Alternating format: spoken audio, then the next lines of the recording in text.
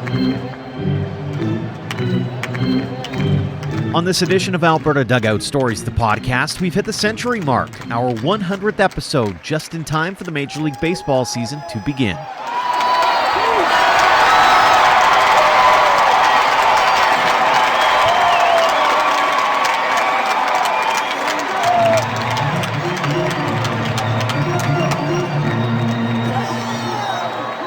Welcome to episode 100 of Alberta Dugout Stories, the podcast. I'm Joe McFarland.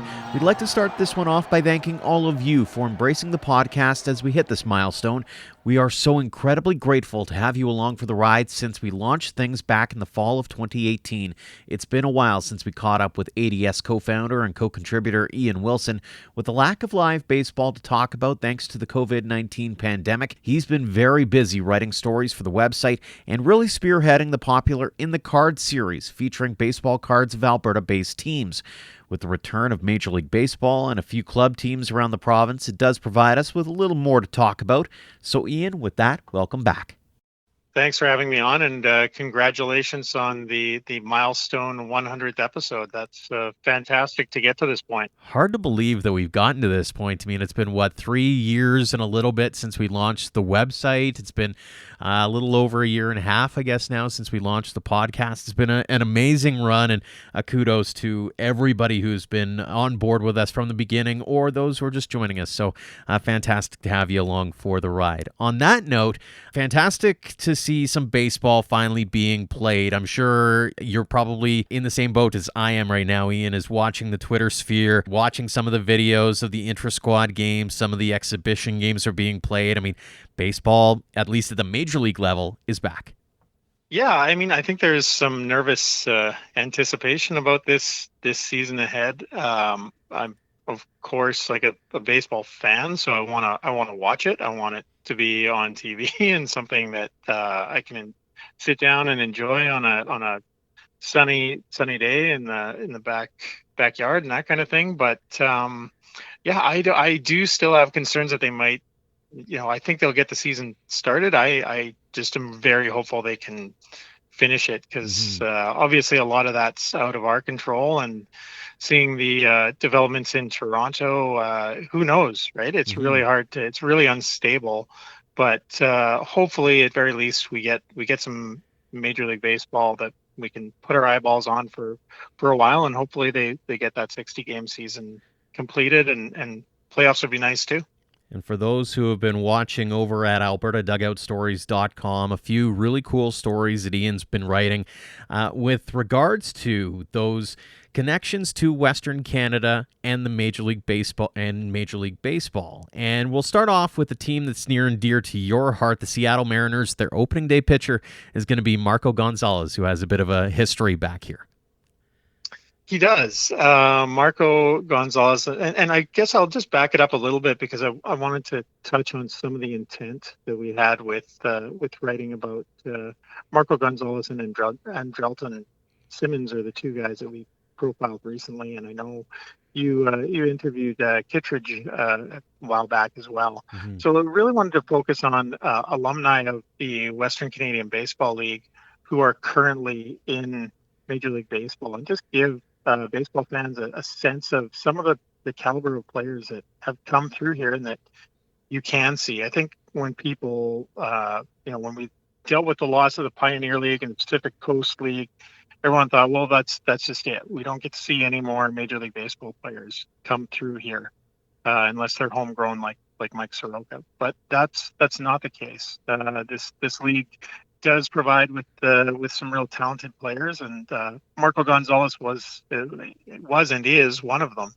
And I think fans in Alberta and Saskatchewan were really fortunate to see him come through in 2011. And at that time, he was a first baseman and a pitcher, and just one of those guys that highly talented at that point, and really lucky that he came to the Western Major Baseball League, as it was called at the time, as opposed to the Cape Cod League, because Cape Cod League had come calling at that point as well. And the interesting part about both him and Simmons is, as you mentioned, they both actually not only did their position that they do really well at the Major League Baseball level now, but they also had side hustles. Gonzalez was a first baseman. Simmons actually did a bit of pitching as well. That's right. And Gonzalez, so I think he pitched about 25 innings or so for the Saskatoon Yellow Jackets, who great name, great team name. Unfortunately, they're not in the league anymore. And basically what happened with Gonzalez was there was a family connection. His dad, Frank, who had played for the Calgary Cannons, knew the recruiter for Saskatoon through his minor league travels. So brought the family up. Marco's younger brother, Alex, was the bat boy on the team. And they just kind of hung out in Western Canada for the summer. And yeah, like I said, Gonzalez pitched about 25 innings, but he was great. He didn't yield more than 2 runs in any given outing, and batted really well as well, and was I believe a first team All-Star at the end of the season. And in his college days after that, he won the John Olerud Award, which is given to the best two-way player in college baseball. So he was just good from the get-go. You knew it. And also interesting with Gonzalez, he wasn't this beast of a guy. He's 6'1", if I'm not mistaken, and kind of a slight build. So you wouldn't see him walk onto the field and all of a sudden expect him to do all these great things necessarily. And as we've seen him do at the major league level, he's turned into a very consistent, very solid pitcher. You mentioned the Gonzalez backstory. Did you ever find out how Simmons ended up in the WCBL? I don't know that for sure. I know that one of his teammates, Felix Brown, had played with him because he's from the Dutch Caribbean islands, and so they had both played for this Dutch Caribbean team in 2008. So the two of them Simmons and Felix Brown ended up in Yorkton. And so I don't know, maybe one of them kind of said, oh yeah, well, I'm going here. This is where I'm looking. Maybe it was just straight recruitment job by Yorkton at the time. But really good job landing a guy like that. And he was another guy at the time that, you could just see, like, everyone I talked to basically said, this is the best defensive shortstop I've seen in my life. Like, bar none. Like, it's not even close at any level. And of course, anyone who watches Major League Baseball knows who Simba is and knows how good defensively he is. Like, he's just, the name Ozzie Smith kind of comes to mind with Andrelton Simmons, and he's a guy who's got 4 Gold Gloves. He's been named the best defensive player in the major leagues. And he's even been in the MVP voting, and that's almost entirely based on his defense. But he's still a good hitter as well. When he was in Yorkton, his hitting was okay, but that wasn't what kind of got the accolades. I think he batted .291 in Yorkton, and as you mentioned, he pitched as well. I think he pitched 17 innings for the Cardinals and struck out 25 batters in that time, and the other numbers weren't as great. I think his ERA was over 5, and went 0-3 rather. And but yeah, he was just a guy who stood out, and of course that arm that made him a useful pitcher is also what makes him just an excellent shortstop. He's got a cannon for an arm. What was amazing in reading both of those stories as well is both of them seemed really unassuming at the time when they came here, whether it was, as you mentioned, with Gonzalez's size, or Simmons was kind of a slight character. He hadn't really built up a lot of the muscle that you see on him now, and yet here they are. They managed to do the right things to get to the right spots to make it to the majors. Yeah, and they did come across as unassuming, and everyone, in particular, from what I recall with the Simmons piece, is he was also called the Magic Man at the time, just for his how much of a defensive whiz he was. But he's kept in touch with a lot of the teammates, some of his teammates from the Yorkton team. So, I don't think either of these guys big leagued anybody in their travels. They just seem like. Gonzalez, in his case, obviously comes from a baseball family with his dad being a minor league coach, and former player. So I think they're just kind of down to earth guys that were really well liked by their teammates and respected. I mean, I did not find anyone say a bad word about either of them. So it's just good when you see that they're grounded and keeping in touch with some of these former colleagues that they don't necessarily have to keep in touch with.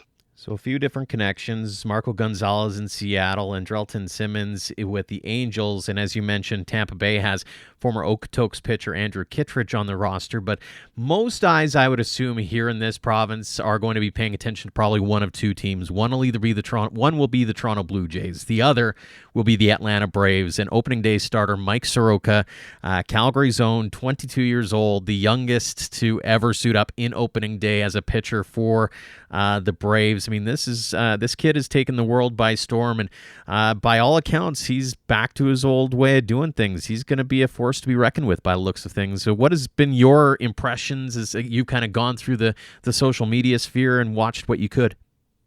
Yeah, I'm really curious to see what he's capable of in this shortened season, and also how he's used. I know last year and the year before, even the management was very kid gloves with him. They didn't want to overuse him, and to the point where it made some fans irate, where they, Soroka would be coming out in, fifth or sixth inning, and they're like, why are they pulling him now? Like, and it's obviously they're in it for the long haul, and they want him to maintain his elite status. So I assume they'll kind of ramp him up kind of slowly, but I don't know. I don't know. And I wonder what it was like for him he just seems so locked into that baseball life and that routine, as many of these athletes are, right? They are so used to, reporting in,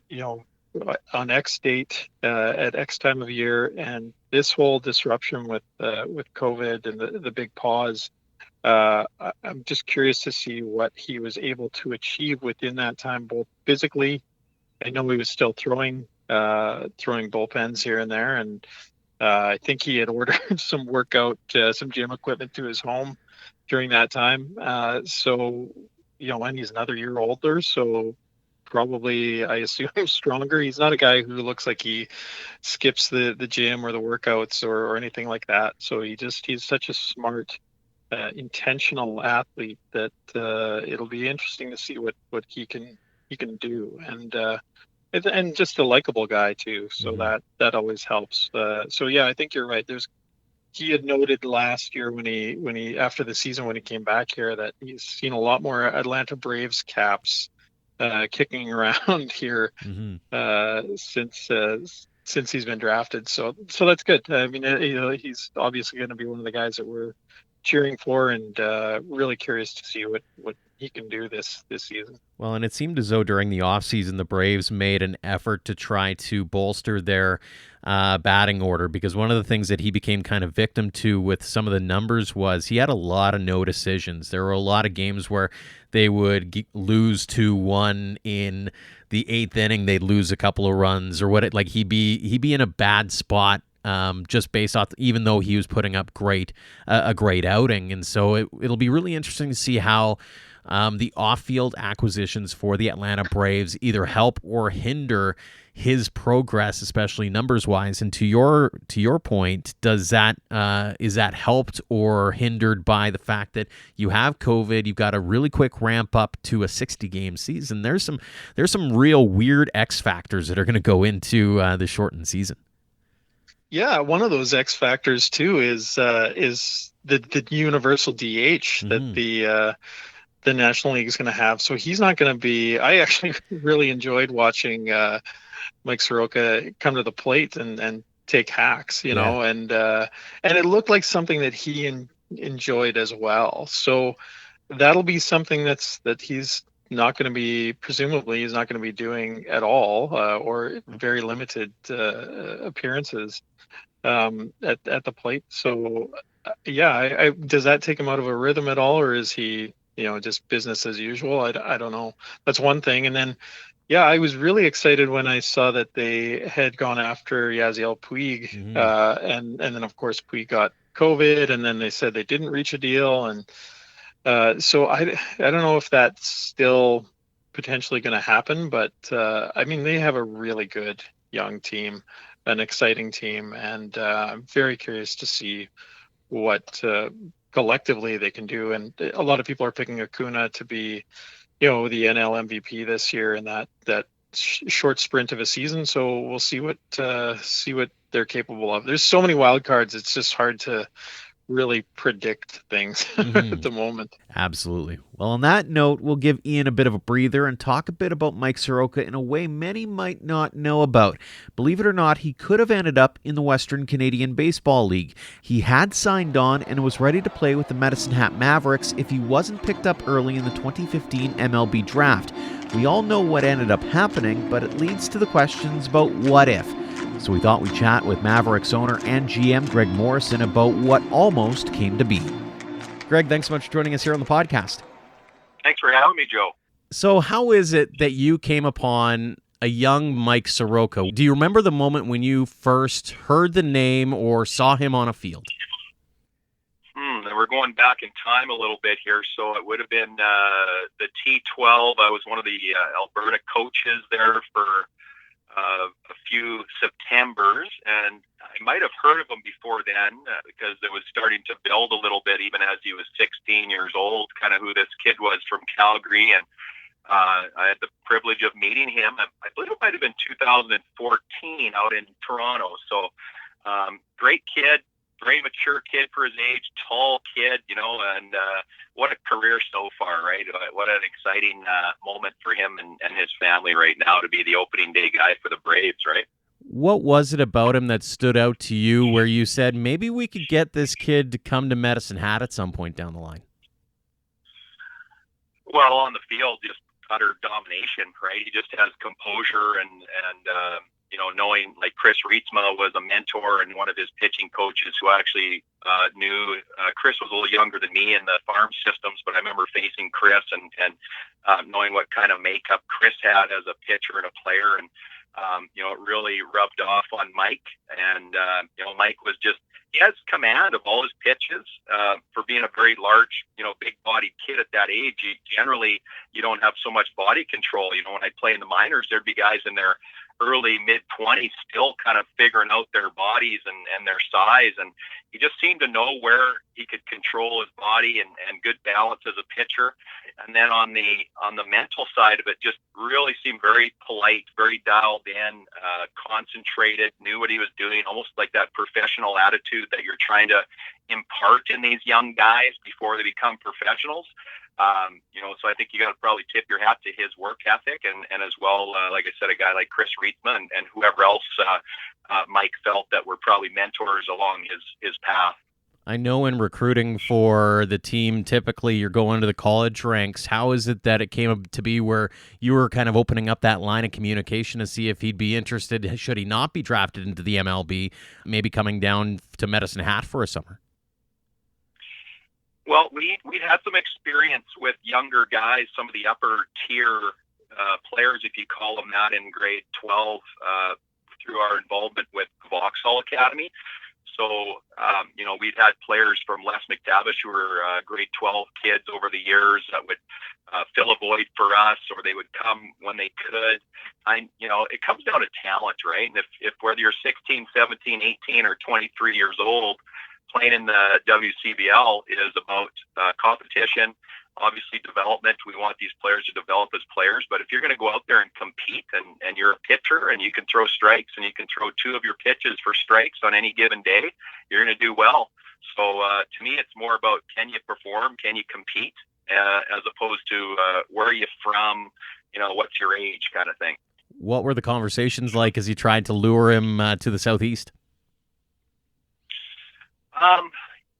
I don't think there was any conversations in September at the T12. I think it was probably in that winter.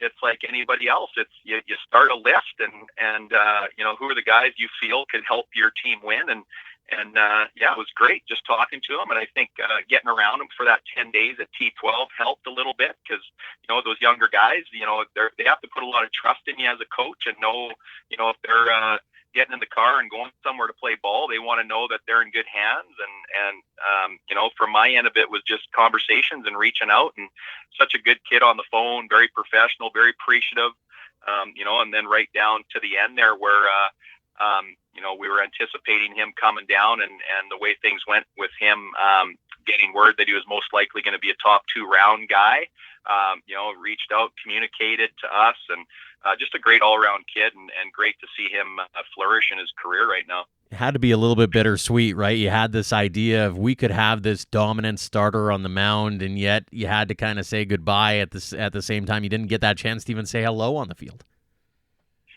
Yeah, and it's happened a few times. We've had some guys that ended up just never got a chance to don the uniform for us, and I've been around at enough different levels that I know that the Mavericks in our league isn't the end game for a lot of guys, whether it's a coach, a player, or a front office person. And it would have been great to have him down here and throw an inning or two, and have the fans be able to say, hey, I saw that guy pitch, in that year right before he went in the draft. But it happens occasionally, and like I said, there's when you talk about bittersweet, for how his career's panned out, very well deserved for him. Just the pleasure to be able to coach him at T12 was pretty special. Did it surprise you at all at the level of success that he's had at such a young age?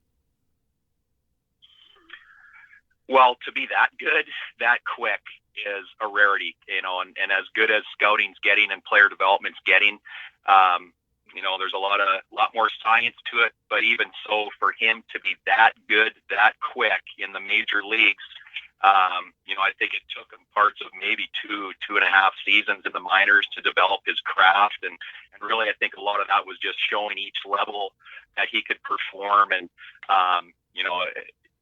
surprising? No, I've seen it before. The fact that it's a Calgary kid is awesome. It makes you smile a little more, but he definitely has all the attributes. So it's not necessarily a surprise. Obviously, his stuff is good, but is it that mental part of the game that has really made him stand out so far? Yeah, and I think, we used to always say in the minors, aside of those 5 to 10% superstars in the major leagues, there's 80 to 90% of guys that are very similar talent that are kind of AA, AAA, never get there, never stick in the show. And that difference, in my opinion, has to be that side of it. The mental aspect, the ability to go out and compete. If you have a bad outing, he can get out the next time and want the ball. So he's definitely got, what a lot of guys don't have in the game. And I would even say, consistency in the major leagues. There's even some separation from some of those guys from the best to kind of the lower performers in the show, or guys that don't stick. So, but, he does have the talent. He's got an amazing changeup. He's got an amazing movement on his fastball, pinpoint accuracy. So these are things that you do need to perform that well. But I think the mental side of it is going to make you, over a career or his body of work, you'll just see this constant, continual, he'll maybe have a bad outing out of every 7, 8, 10 starts, but he bounces back. And that's what the great guys do. They bounce back from pitch to pitch. It doesn't take them a week or a month to bounce back. You mentioned the fact he's obviously from Calgary. Everybody knows that side of it. But does it make your job as a recruiter, does it make your job as somebody who's involved in the community a little bit easier to be able to say, hey, look at this kid. He didn't just get to single A or double A or triple A. He made it to the show, and he's starring. You can be that too if you put your mind to it. Well, I saw those glimmers back when I first sat and watched my first WMBL game in 2008, that I'm like, hey, there's some decent baseball out here. But yeah, every year I think as a team personally, or as a league, we're getting more and more of these players that are popping up and saying, oh gosh, this guy was playing in Yorkton, or this guy played in Medicine Hat, or played in Okotoks. So it's definitely a boon for the league in regards to PR. And, there are a lot of summer collegiate leagues out there. So it's nice for these kids to be able to see, with the access they have on social media, of, okay, yeah, this is a great league. You got, you get to taste all of Western Canada. Some of these guys move on. It's great coaching. big crowd. So yeah, absolutely. Anytime you get a kid who moves on and up and out of the league, it's a tip of the hat to the league. But I'm always we're just a part of the journey. We can't hang our hat that these guys get to places because of us. They're really just here, and it's really a privilege for me when a lot of these top end guys want to come up here, and whether it's they want to spend a summer in Canada or they think it's a coaching or a door that we can open. It's definitely great when you have great players that come and go through the league. You've been involved in the game for quite a while. You've seen the game from a bunch of different levels. In your assessment, what's the ceiling for Mike Soroka? Oh gosh, I think it's going to be longevity now, right? I mean, he's done what he's done. It's how can you do it over 15, 20 years? And now you start talking about, wow, this guy, an all-star every couple of years or every year, and then in 10, 15 years, you start talking about Hall of Fame stuff. So it's pretty exciting. I see guys like Mike Young, who I came up through the minors, and you kind of follow their careers, and they just put the time in, and they do it year after year, year after year. And then before you know it, you're 36, 38, 40 years old, and you're talking about Hall of Fame ballots, and that's kind of the journey for guys like Mike. And, he's well-deserved. He works hard. And, I think, is there such a thing as a ceiling for a guy like that? I don't know. Oh, the questions of what could have been had Mike Soroka joined the Medicine Hat Mavericks instead of being drafted in the first round by the Atlanta Braves. Greg, appreciate the time. Thanks for joining us here on the podcast. I always enjoy talking ball with you, Joe. Thanks, buddy. Back now with Alberta Dugout Stories co-founder, co-contributor, and co-conspirator Ian Wilson. And Ian, I don't want to give away everything that we're working on because, we don't want to scoop ourselves. But at the same time, this great pause that we are in, as you alluded to a little bit earlier on, has provided us with a bit of an opportunity to maybe tell some stories that we wouldn't normally get to tell. And I'm curious from your standpoint, what's it been like over the last little while as we've been trying to tell stories in a different way without actually talking about the on-field product per se? Yeah, it's been different, right? I think that's partially reflected in some of the sports coverage, both on the radio and network TV that you see with Sportsnet and whatnot. They're doing throwback games, things like that. So I think for both you and I, it challenged us a bit to think about what stories we want to do and how we want to do them. And it's been different when you don't have that those live events on the calendar kind of driving and motivating things. And not all of it bad. I mean, It's nice to get that drive to go down to the ballpark and cover an event. And of course, the WCBL was a major influencer in that, because that's kind of the biggest go-to product that we have each year that connects fans in Alberta and Saskatchewan to the game. So it's been challenging and a little bit different. But one of the series that I've really enjoyed that we've done is the In the Cards series, where we kind of look back at some of these sets of baseball cards, and through that, the players who've come through Alberta, both in the Pioneer League and mainly in the Pacific Coast League as well, with those Cannons and Trappers and Lethbridge and Medicine Hat teams. So that's been a fun one to kind of sink our teeth into. One of the things, too, that I've really enjoyed is just getting to know some of the personalities beyond the typical give it 110%, work hard, go into the corners kinds of conversations that you typically hear in hockey circles. You actually get to know some of these athletes, and we've had some longer conversations that maybe we weren't expecting in the beginning, and even the conversations that we've had in the throwback stories, when we go back to the Simmons and Gonzalez stories. You've been able to reach out to maybe some people that we would have had that opportunity to talk to, maybe in longer form, and be able to get to know some of the characters from yesteryear.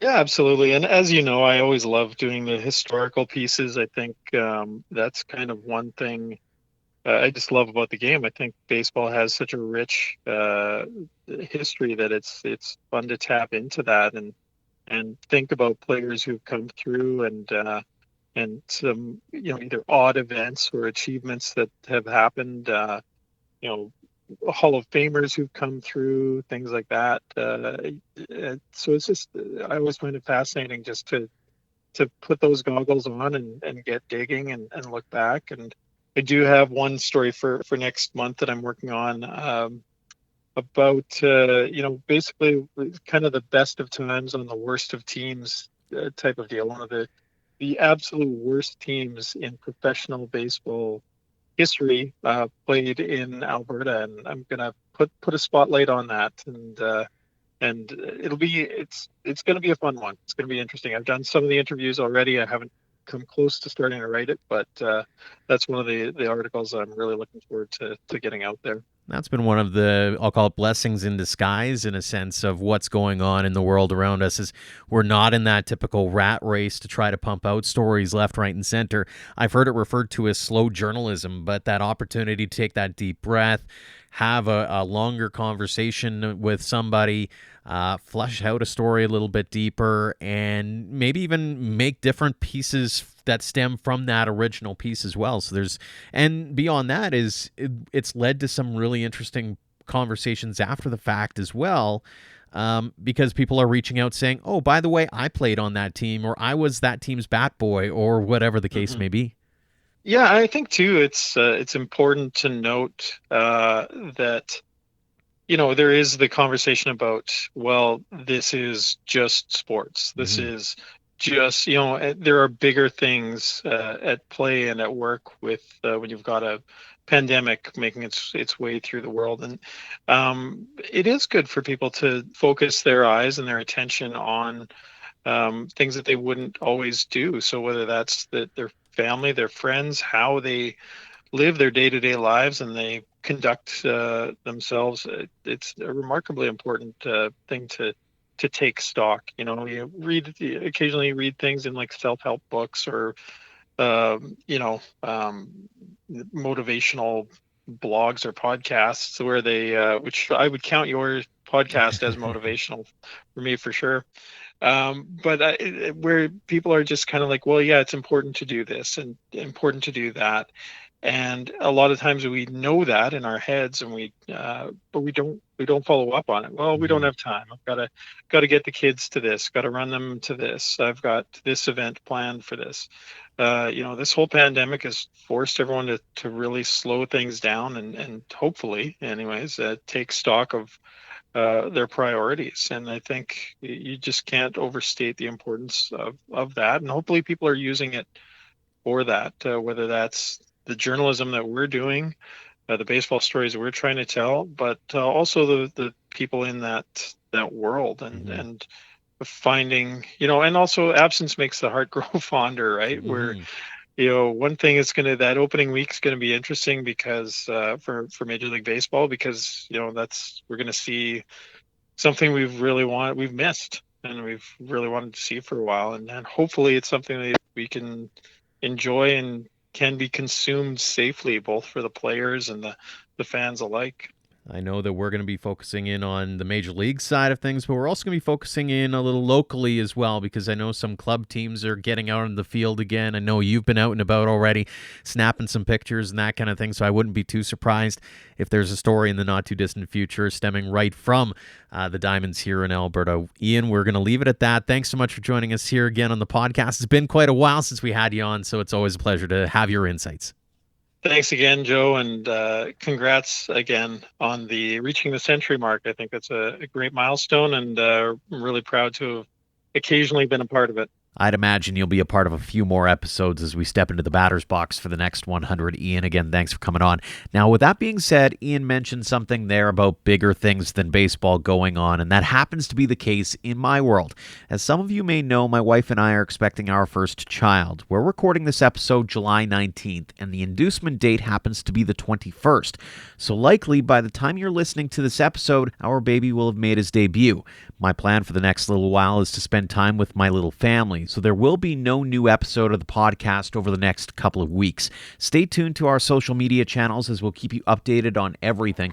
We hope you use this as an opportunity to go back into the archives and listen to some old episodes of the podcast, or maybe enjoy watching some baseball on the TV with your families. With that all being said, thanks to both Ian Wilson and Greg Morrison for joining us on the podcast this week, and thank you for downloading and listening. We'll see you next time here on Alberta Dugout Stories, the podcast.